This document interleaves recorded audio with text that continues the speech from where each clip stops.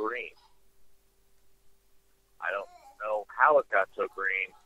Maybe it's the organic film they make from potatoes to make movies with over there. Anyway, decided to move near some train tracks and try and start moving things with my mind.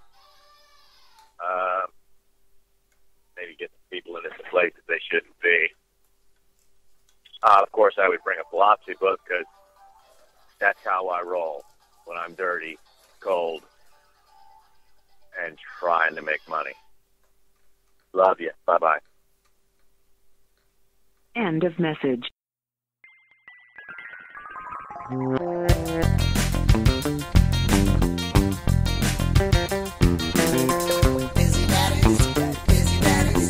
Busy daddies do sci-fi. Busy daddies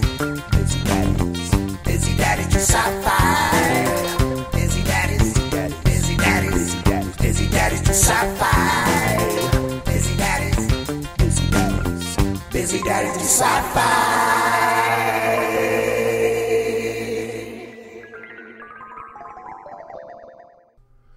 All right, settle down.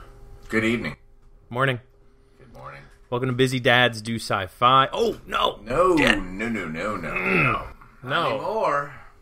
We are the bogus Danish dudes super fancy Podcast. The only podcast for enthusiasts of counterfeit pastries for men. Or fancy, man. Fancy men. It's special around here, folks. Busy Dads. These day-old pastries. Counterfeit pastries. Can't do anything with them. No. But they look good. They're not passable. They look good. I'm lady rubbed that highlighter on one of them. very enthusiastic Done. about them. Fancy. Yep. We are just we're ringing in the new year well into February here, aren't we? Yeah. It's a good time. Where are you going with that? I got nothing. You're just I coming mean, up. you know. So nothing. I'm good. So Kevin. Have you ever? Wasn't it your No. line? Kevin, have you Look, ever I'm just gonna been a say it. passenger? We're going to be talking about Stalker, which is a 1970s television series about a Chicago reporter who investigates the paranormal. For a second, I was like, "How? Did you Where just think? were you? Did you just think I completely missed? I totally did math. It's like, the movie's long enough. He actually thought it was. I don't even know. Okay. Yeah, right. Like That's it's a good. 2 hour and 40-minute movie. Which of course now I'm talking about Which inspired Stalker NYPD Blues. by Andrei Tarkovsky. Did you ever see Kolchak the Night Stalker? No. No? Okay. It was like the primary influence for the X-Files. Ah. Yeah. And that is the show you were just speaking. Right, Kolchak the Night Stalker. It's got Darren McGavin in it, and it was really good actually for like mid-70s. Who's Darren McGavin? He probably best known for the father in A Christmas Story, right? Fragile. A little obscure.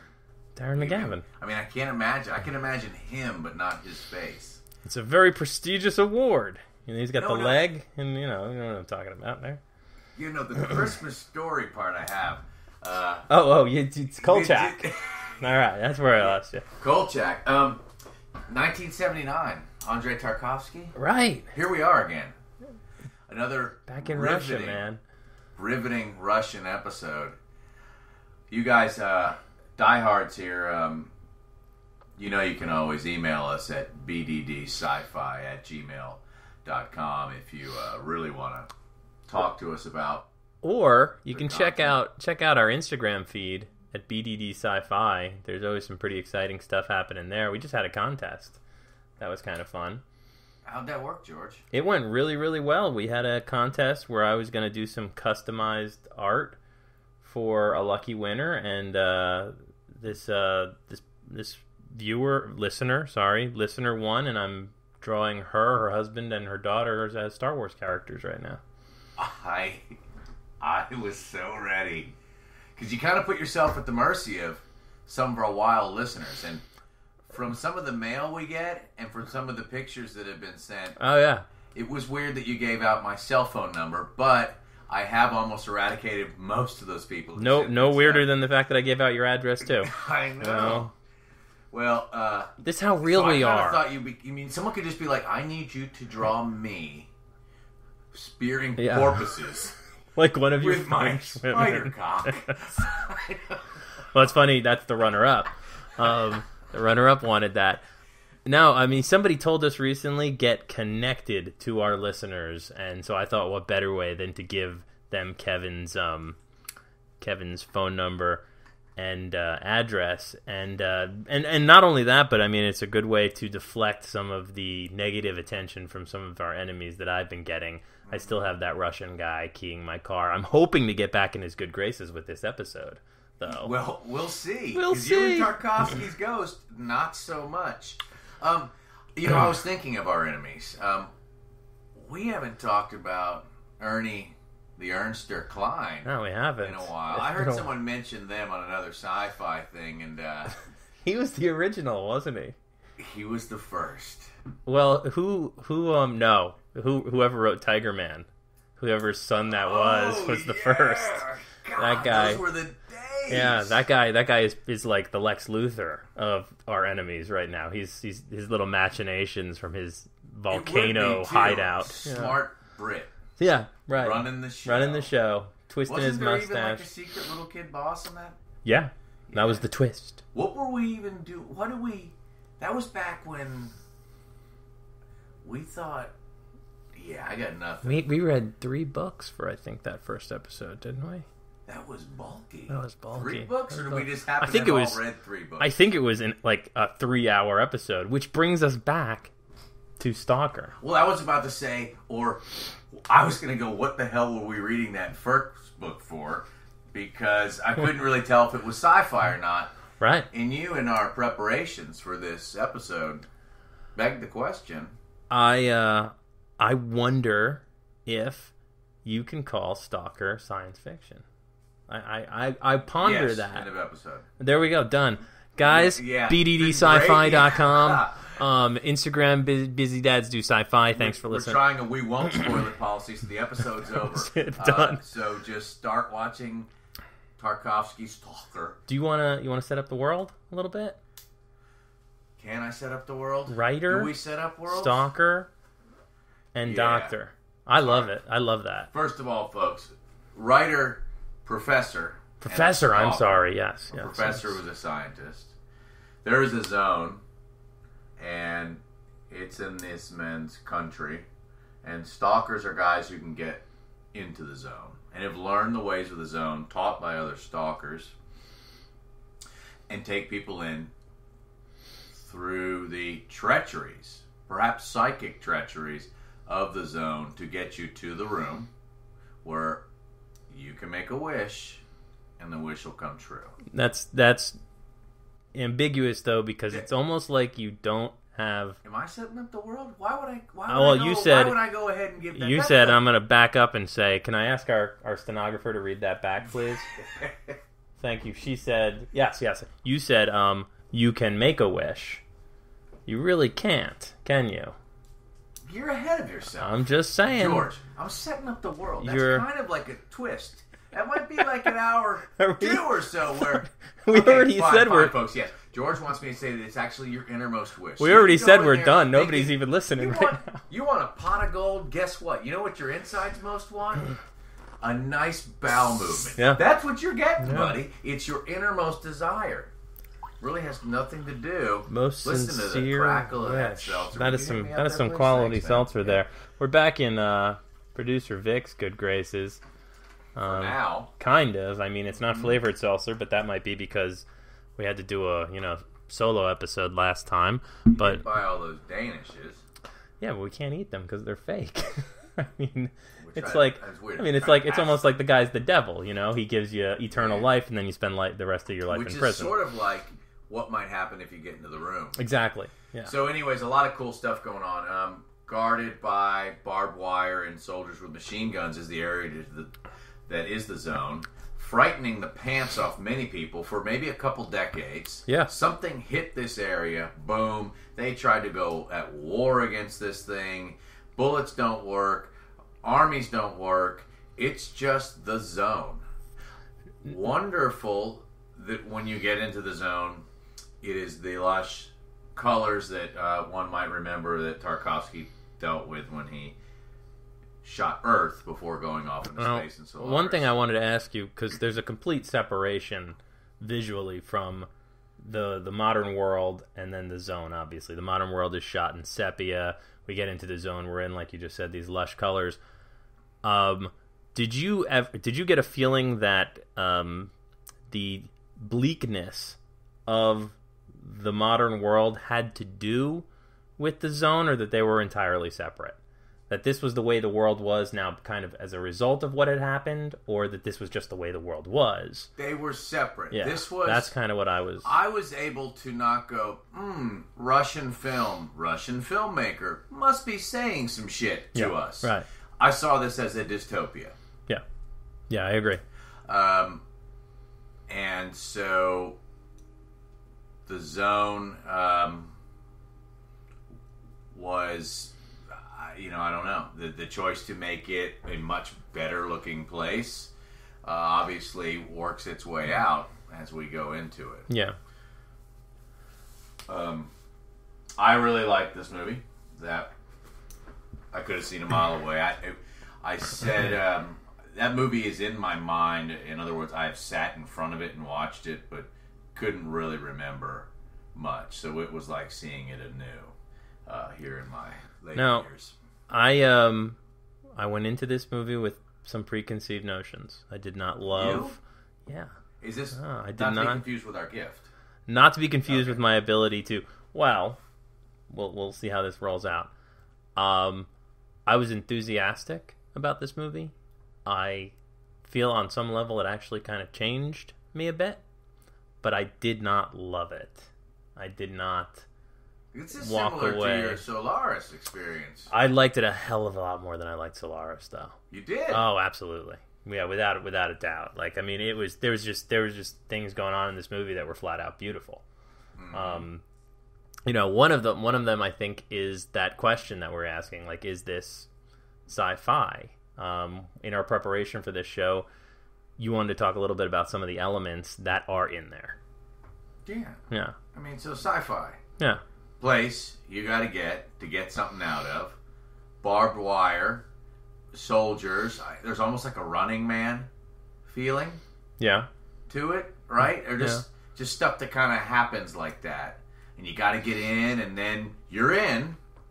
But it ain't so cool where you got in. You might have got out of the machine gun spray, but now you're in a place that's a lot tougher to be in. Now, time and space seemingly have like little meaning when you're in the zone.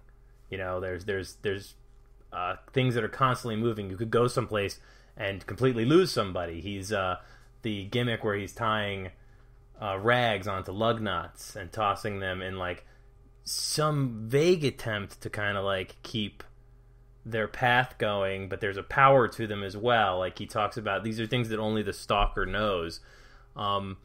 These all kind of, there's a podcast that I love called Tanis, and Tanis is about the search for this constantly moving area called Tanis, and people don't know what it is, but there is this group of people that are born called the Seekers, and they're the only ones who can find Tanis. And they take people in, and they all go by their code names. This is the journalist. This is the witness. This is the artist. That would be a real direct. Extremely, parallel, right? extremely. So, I mean, it was, again, like watching this and seeing how much science fiction that I love owes itself to Stalker. The thing that kind of... It's the Tarkovsky of it. It's the fact that you can't have these types of, you called them meditative shots, without a level of melodrama to it. Without, like, the wife writhing on the floor in the beginning, which takes me out of the movie a little bit. So that's why I question the sci-fi of it, because it's not really about the story. And that's sort of a staple of science fiction, I think. It's always about the story. There are elements of sci-fi, which you just talked about, but it's more about this journey. I mean, I feel like you could. I really don't know. I feel like I could read 50 different essays about what Stalker's about and still have no freaking idea. And and thankfully I didn't. Yeah, I am too. Well, you remind me of, is Cloud Atlas sci-fi or not? If you put elements of sci-fi in something, is it sci-fi? And I believe we all kind of nodded our heads and said, no, that wouldn't be sci-fi. And I think we're down into a place of definitions that, I mean, I'm almost saying... Doesn't matter. Yeah, like it doesn't matter, but right. When I thought, is this sci-fi, I guess what I meant is, like, not to prove it wasn't sci-fi, so get it the hell out of here. No, and I don't mean to do like, that either. I actually mean to elevate it by going like, this is not a creature movie. This is not like a, because you hear like the Zone, you hear this. See, you know? it is. It's an uber creature movie. Go ahead, tell me. I mean, that's what that Zone is like ghost realm. Yeah. Like it's like bad alien stuff going on. But at the same time, there could be like an Ark of the Covenant thing going down. And I just mean that there's no spooky, like monster coming out. There's no like action set pieces really, and everything like that. I know, I'm not saying that's a cheat. I'm saying by removing some of the sci-fi from it, it elevates this movie to a better. So there's a scene where you're early into the Zone and it's lush and green, and you go by these tanks. Oh, I love that. And so man. That was gorgeous. When you slow it at the Tarkovsky place, I get the benefit of making narrative, and like I kind of saw like a firefight, and I saw like a shapeless thing that was like deflecting like shells out of. We don't know what this is, but we're fucking like shooting at it. You know, and then just it like being like disintegrated or absorbed, and I even had options on how that enemy in quotes would deal with those people in tanks. Because the tanks are kind of wrecked up. Like, and so we don't ever know. Maybe everyone who was in the tanks watched some beast rise out of the center and thrash everything.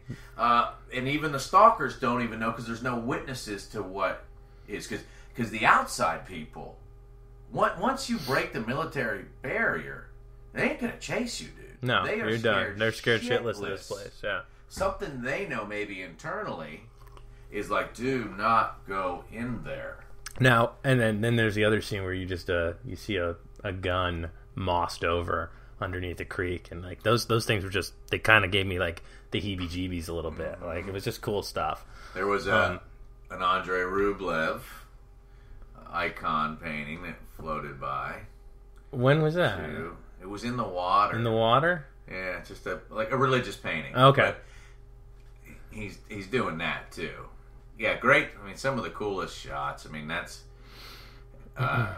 those fish with the oil. Yeah, with the oil, and when he throws the bomb at the end, and the one giant catfish just kind of floating through there. These characters are so different. We never know them by their real names. We know the most about the Stalker.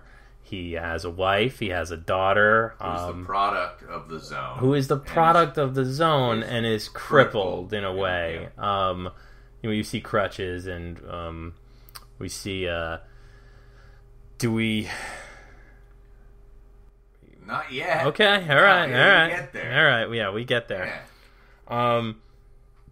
The Stalker, he has seemingly been released from prison recently, probably due to that's that Running Man-ish sort of thing. Something. It's like dystopian thing. Like you get caught going in there, and you're going to prison. You're going to jail, 5 or 10 just years. they are constantly shooting at them while they're trying to get in there. Like they're willing to kill anybody who's trying to bust into the Zone. And then there is the journey to get to the room, and you get into the room, and it's Make-A-Wish time. Hopefully. So you've got these guys want different things too. Stalker is duty bound to not enter the room, although his mentor did, at one point entered the room, and it led to his death at one point. His suicide. His suicide as a millionaire, you know? Mm-hmm. His name is Porcupine, and I fucking loved that, you know? I was just... like, in translation, it's like, if you're a Russian and you're like, fucking Porcupine. Yeah, right. Like, you get it? Like, you get it. You just understand. Yeah, like... Right. And Ryder is kind of like a nihilist. Seems to not really care. And he's trying to get his spark back. He's like creative, but he's kind of burnt out and losing it. And then Professor has an agenda. As a scientist. Yeah.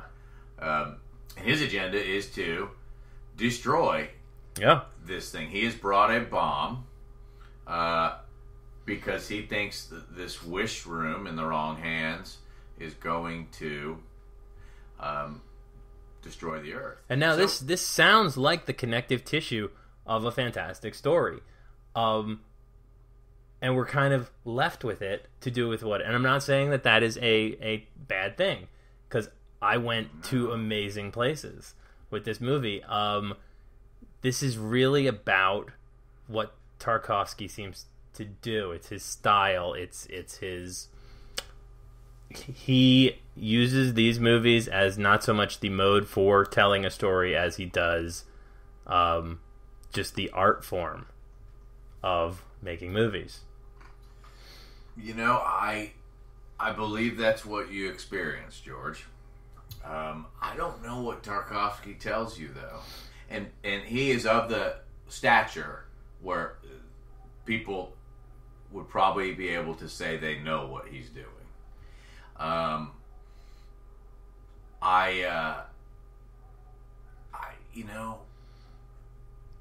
We arrive at Tarkovsky because of what he is and because of what he's done. If we get out of it, what happens is there's these experiences, you know, like I'm watching these because they were billed to me as cool, they are cool, and they're great. Yes. Like top hundreds of world of cinema. But what I find when I get into them is that's not necessary. You don't need to know that to have these things work on you. No, I don't want to pigeonhole this as saying like this is a failed movie because it didn't tell a Christopher Nolan story or something like that. That's not what I'm trying to get across. I don't think you are. No. I'm not even thinking you're like I mean I want to stress again.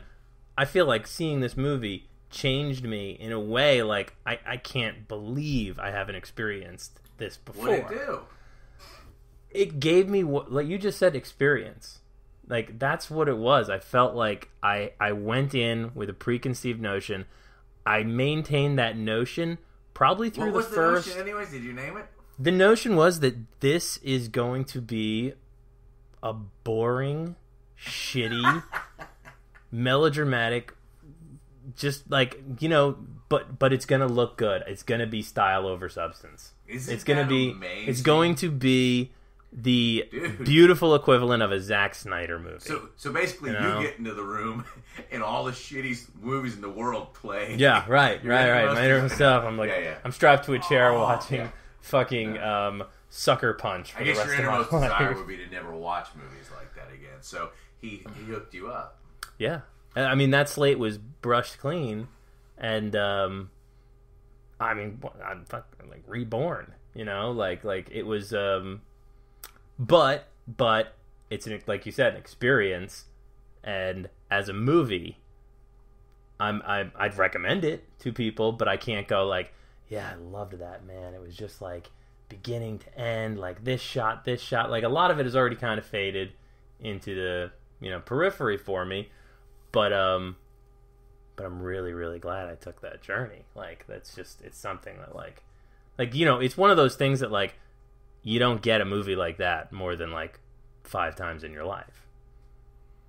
Well, I mean, you can keep returning to it, but is that what I just mean like it's an experience. It's changing. It's like first time I saw Night of the Living Dead. It changed me. Like that movie changed me. I saw Solaris. I liked it for what it was, but didn't think it was much more than that. I saw Stalker, and I went, "Oh, okay, we can do this. People can make movies like this." That have these huge holes in narrative that you can just fill whatever the hell you want with, and you're kind of better off because of it. Yeah. Yeah.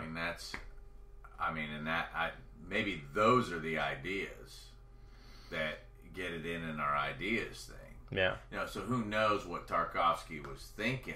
The dudes who wrote the screenplay didn't even the Roadside Picnic. Like, they were quoted as saying, like, he just told us to keep rewriting.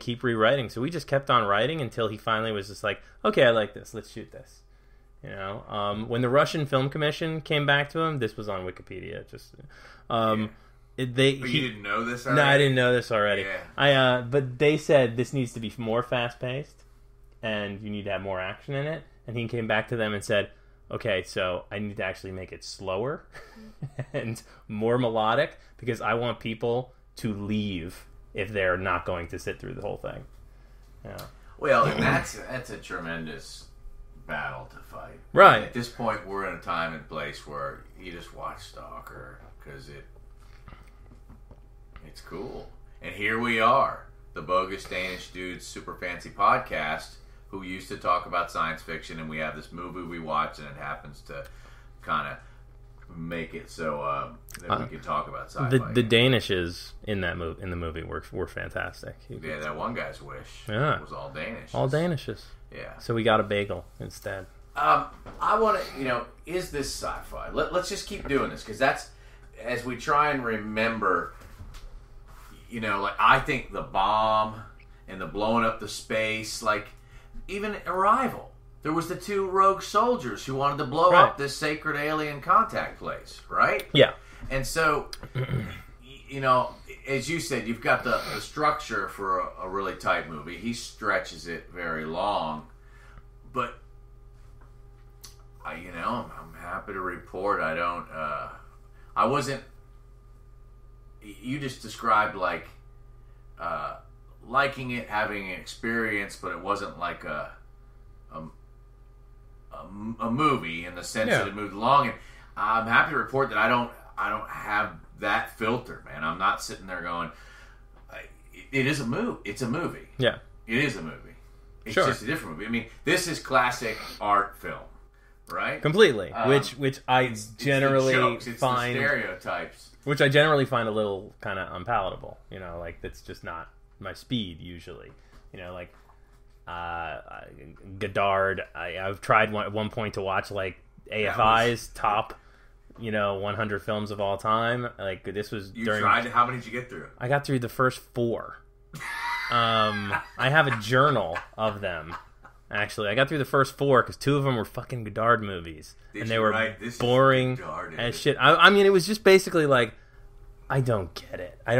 Like, that was it. It was kind of this admission, not that I was stupid, but just that I was bored. Well, here's Tarkovsky serving it up for you. You must watch Andrei Rublev, then you'll be addicted. Well, speaking of addiction, yeah, the Stalker. Hey, this isn't on our notes. Oh, the Stalker. What's he addicted to? The Zone? The Zone, man. Remember when he gets in there and he just goes, "Hey, man, I gotta leave." And he kind of takes this weird, like, crawl in the dirt. Rocket, like, just goes down. Dude, it was like, even like the fight he has with his wife in the beginning. It was just sort of like, what are you doing? You're ruining your life. You're going to jail. You're gonna go to jail again. I mean, it was just like, let's talk a little bit about. I mean, obviously, there's, like, you could see there's some things that not borrowed from, but, like, obviously the transition from sepia to lush color is kind of indicative of Wizard of Oz. But I do feel like this movie stands enough on its own to not even go like, oh, well, it took from here. Or it took from here. It's just like, it didn't. Like, it was such a... It makes you and others think, oh, that reminds me of Wizard of Oz. And that's all it does. Like, it's not like, he took that from Wizard of Oz or anything like that. No, I don't either. I think it's just a device, man. He's like, this place needs to be gray, and the other place will pop with color. Yeah, the use of music and, like, the fact that it was, like, overwrought with machine sounds too. The beginning, when they're in the city, like, it was such a cool distinction between, like, nothing but birds in the zone. Whereas, because like, the scary place is beautiful. you know, and yeah, and then Bolero pops up, Yeah. plays, and then there's another classical piece, Ode to Joy at Yeah. the end, and there. there's a really cool black dog that Yep. shows up, and that's okay. So Black Dog, oddly enough, and so this is what I'm talking about. Like, is this sci-fi or not? And once again, listener, it doesn't matter, but Black Dog kept making me think of The Thing. Oh yeah, It just made me think that, like, if there's an embodiment, it made me think embodiment more than anything. Yeah, it made and me then, think. of course, yeah. then the dogs in The Thing. Yeah, but he takes it with him too. Like there's that, you know, because Well, I didn't need to take it for the ride. For me to think that this reminds me of The Thing and embodiment, when the dog comes out of the zone in the end and Yeah. becomes his pet, I didn't go, well, there goes that theory. right. Well, no, I was- especially since It doesn't the ending matter. of this movie is so. I mean, not even the ending, but I mean even the moment towards the end when his wife just completely breaks the fourth wall and starts talking about her relationship with Stalker, How she knew it would and be how bad she if knew you it would married be a bad. stalker. It was like if she married a drug addict. yeah, because You it know? was What are fucking you great. doing making you know? babies with people who know where to score heroin? Or get Who would in do the that? zone. Who would do that? Get in the zone. AutoZone. AutoZone. Thank you, Vic. Thank you got very it in much. there, man. AutoZone. You can get the checks written to us, or at least flavored seltzer. AutoZone. That was 2 more times. I just need a And pair of spark plugs. Actually, AutoZone. I need wipers. do bad. spark plugs come in pairs, or is that a... Just say yes. Just say yes. Yes, they do. Just say yes. AutoZone. Don't Google it. You need wipers?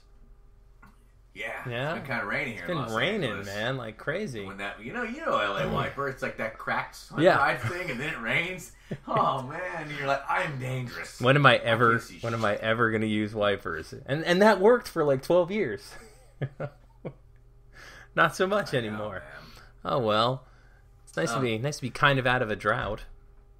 The guys get to the room.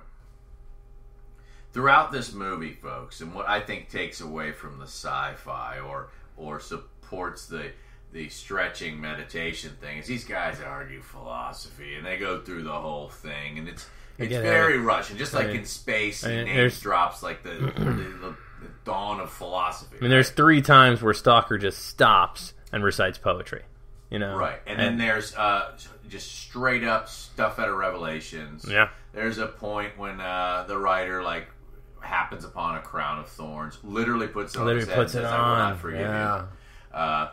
Because Stalker keeps making him go first through these dangerous, weird spots.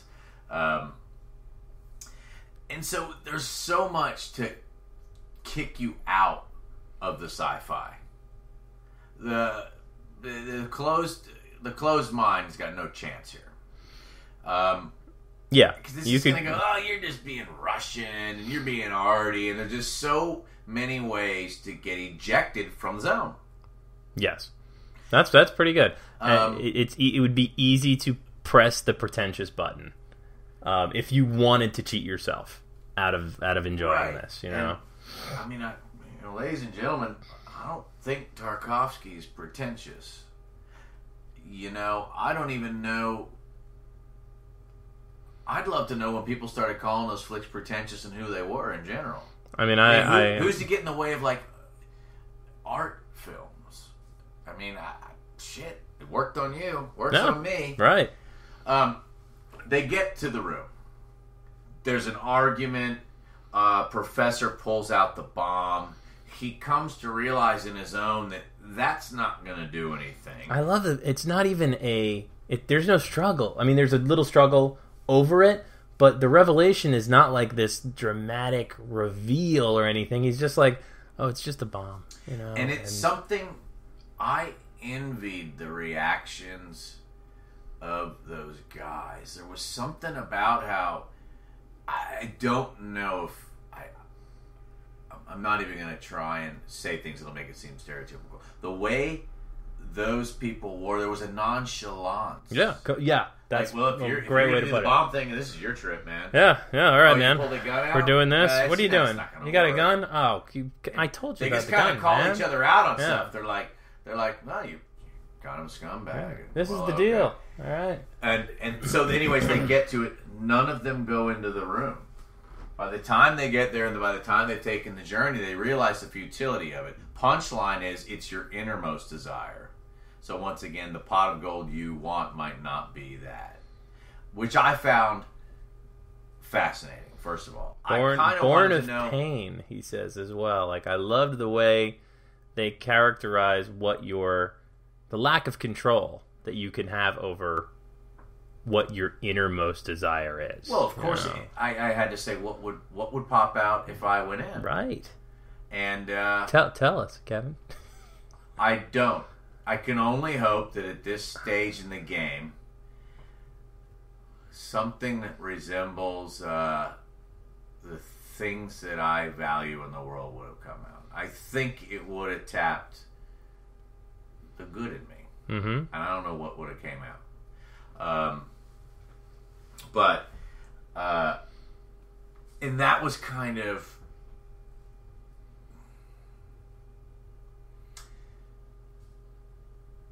that's why I wondered why they didn't go in. Where were they that they didn't think that was within them? That the good wasn't within them? That's why I think that they did go in. You did not talk about this in the preparations. Have you been saving this?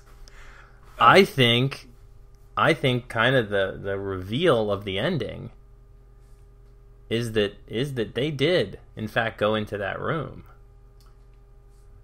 Okay. Well, are we talking?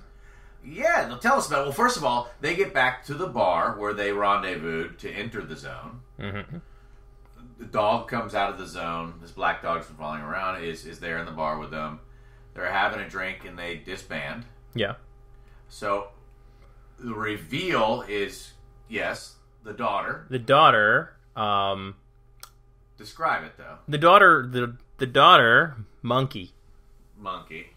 Porcupine. I don't know if that's a bad Russian translation or if that was her name. Like, as a daddy, it was. We call our kids monkeys. But she is reading at the end, the last maybe 2-3 minutes of the movie. Nice and slow. Very beautifully slow. Couldn't be any other way. She Think looks. about how cool that scene is. She looks over at a table next to her with 3 glasses on top of it. Over the sounds of trains, she lays her head on the table, and the glasses on the table of different size. One has liquid in it. One is empty. One has looked almost like an egg, a broken eggshell in it, and they start sliding across the table, seemingly due to her use of telekinesis, or she's practicing some power. Yeah, right. And she just pushes one off the end of the table, and kunk, it doesn't break. It just has that classic wood floor I was waiting for the break. I was waiting for the break and the cut to black, and he didn't do that, and I love that. I love that he did not do that. That's just so many years later. So many years later, and we don't do that. I believe. I believe that was his. I believe he wanted to heal his daughter, Stalker, and he did in a way that was not his intention. She always had that. You think that's always been her deal? But that's because I played by the rules. I didn't think. You wrote a narrative just like I did. Cool. It added the fact that when the dog leaves, writer says he has 5 dogs at home. Mm-hmm. And his wife says, "You're a good man." I thought that was his innermost. That he's now a good man who has 5 dogs at home and cares for them.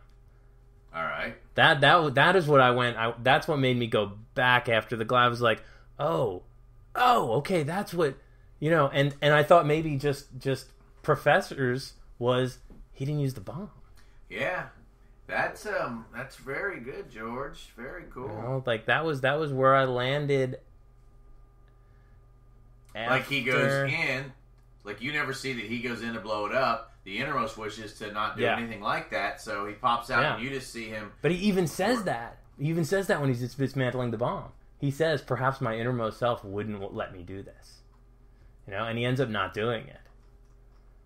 He takes it on faith, because this is at one point the writer says like, what is the fucking line?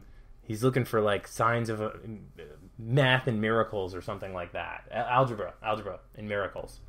So that would be like the almost rejection of his scientific self. His innermost desire would be to not be so fucking controlling and stringent. To just take it. Wow. Well, I think the telekinesis girl also pushed a sci-fi element thing. Totally. Isn't there plenty of kids who have powers and you've got to keep them away from government thing? That's everyone. Yeah, and it also, like, in the beginning, he walks up to the writer who's talking to a girl he wants to bring into the zone, and he mentions, like, that there are no miracles, there's no telekinesis, there's no UFOs, there's nothing, No Bermuda Triangle. No Bermuda Triangle, Yeah. Missed opportunity not bringing that dame into the zone. Yeah, that dame zone. And then the dog walks out. Yeah. And they go cruising away. The stalker with his wife and the kid on his shoulders and the dog. And it's color briefly in there.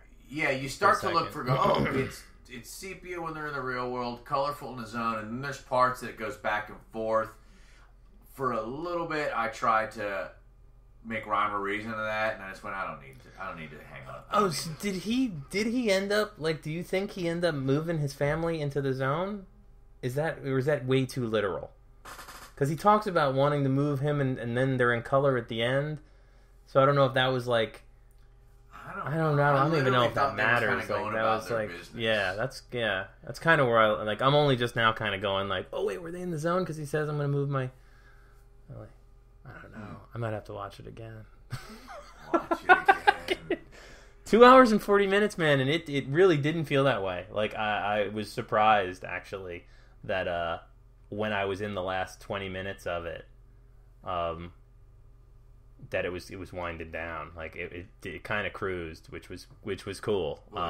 I didn't feel that way. Tarkovsky. Like a classic Tarkovsky. I'm not gonna have to cut this one down like I did start. No edits, huh? No edits, man. Couldn't have done much. What would happen? You wouldn't have had the experience. Well, let me think. What can we lose?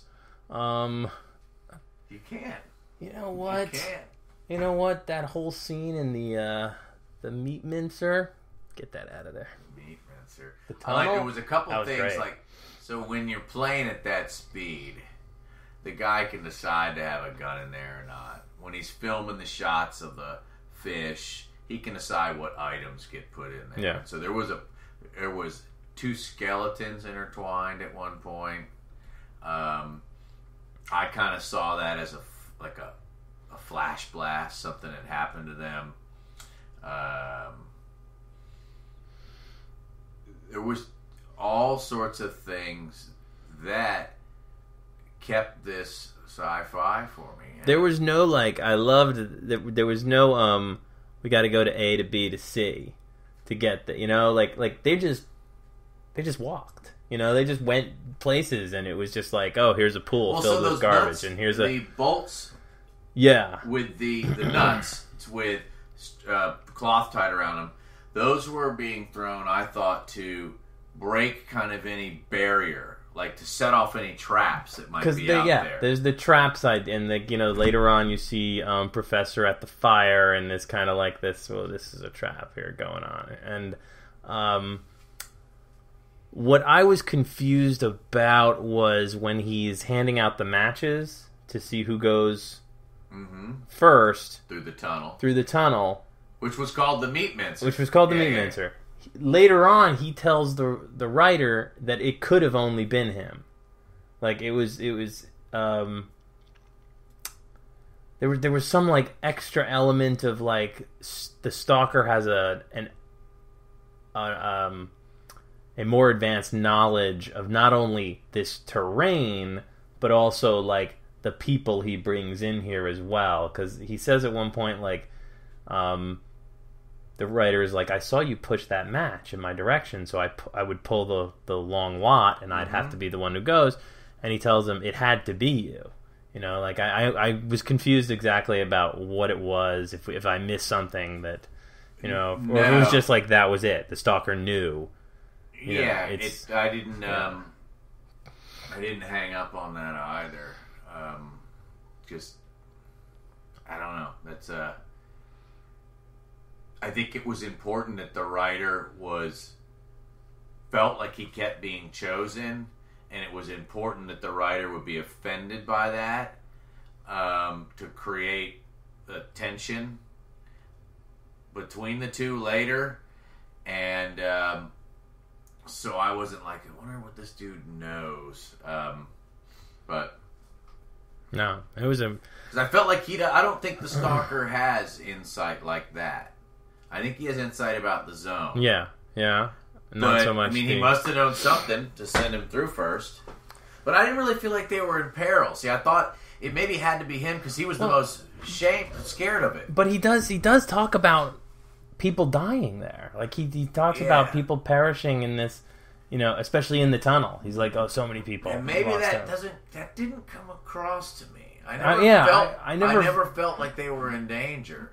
Yeah. It's almost as if, and this might be getting at something, because it's Tarkovsky, and we have its art film, and there's going to be discussions, like, you never think, one of these dudes is going to get crushed by something, because you're like, no, it's clear the three dudes have to be a bear trap. There's like a play going on, and like you're not just going to kill one of the dudes in a 3-man play, right? Completely. And so you never really fear that. For me, it helps me take the ride and soak it up and play around, I think, with what the space gives me when I watch it, which is just to think of stuff. It's sort of like a Rorschach test or something, because you could do, I mean, just our two different, whatever we were both doing in it. You could do anything you want with it, but not in like the typical sense where it's like, you know, a movie ends ambiguously. And you go like, well, that's up to the audience's imagination, whatever they'd like to be. This is like, there's space for... You could build all three of these guys' lives and what brought them to this point. You know, if you wanted to. You could build, like you did, what those tanks were doing there. You know, decades before, was there this physical manifestation of a creature or some sort of energy being that they were just fucking going, just fire at this thing. I don't know what the hell it is. You know, at the end of Akira, right? Yeah, exactly. It's just like some kind of But it's Kaneda who blows up. Yeah. 6 years before Chernobyl, this movie came out too. Like. Yeah, I think it would be very easy to be like, oh yeah, stark Russian landscape because of meltdowns and shit, but it really ain't making that comment. Yeah, at all. I'm happy about that. Me too. It's kind of amazing that it's, because that would be, I think, before I even knew that it came out in 1979, I think that was the parallel like I drew. It's like, oh, the zone. Oh, Chernobyl reference. Yeah. There we go. Way to go, Russia. Yeah. Way to go, you guys nailed this one. Yeah, that's how you have to criticize the government there. No, I mean, take the ride, listeners, because it's well worth it, man. You're just like a better person by the end. I just ended up sketching like the three dudes at the bottom of the page as I was watching it. Yeah. BDD Sci-Fi at gmail.com. Guys, listener. If you want to take 2 hours and 40 minutes and watch Stalker, well worth it. Tell us what you think. Yeah. Tell us what you don't think. Tell us what we should be doing. Right. We're trying to plan new and wild episodes for you guys. Wild? That wet t-shirt contest is not going to come through so well with the microphones. It's tough to do that on the radio, yeah. But we're working on it, listeners. Yeah. What else? I got nothing, man. I'm like, Thanks for spending time with us. all right. Good night, everybody. Good night.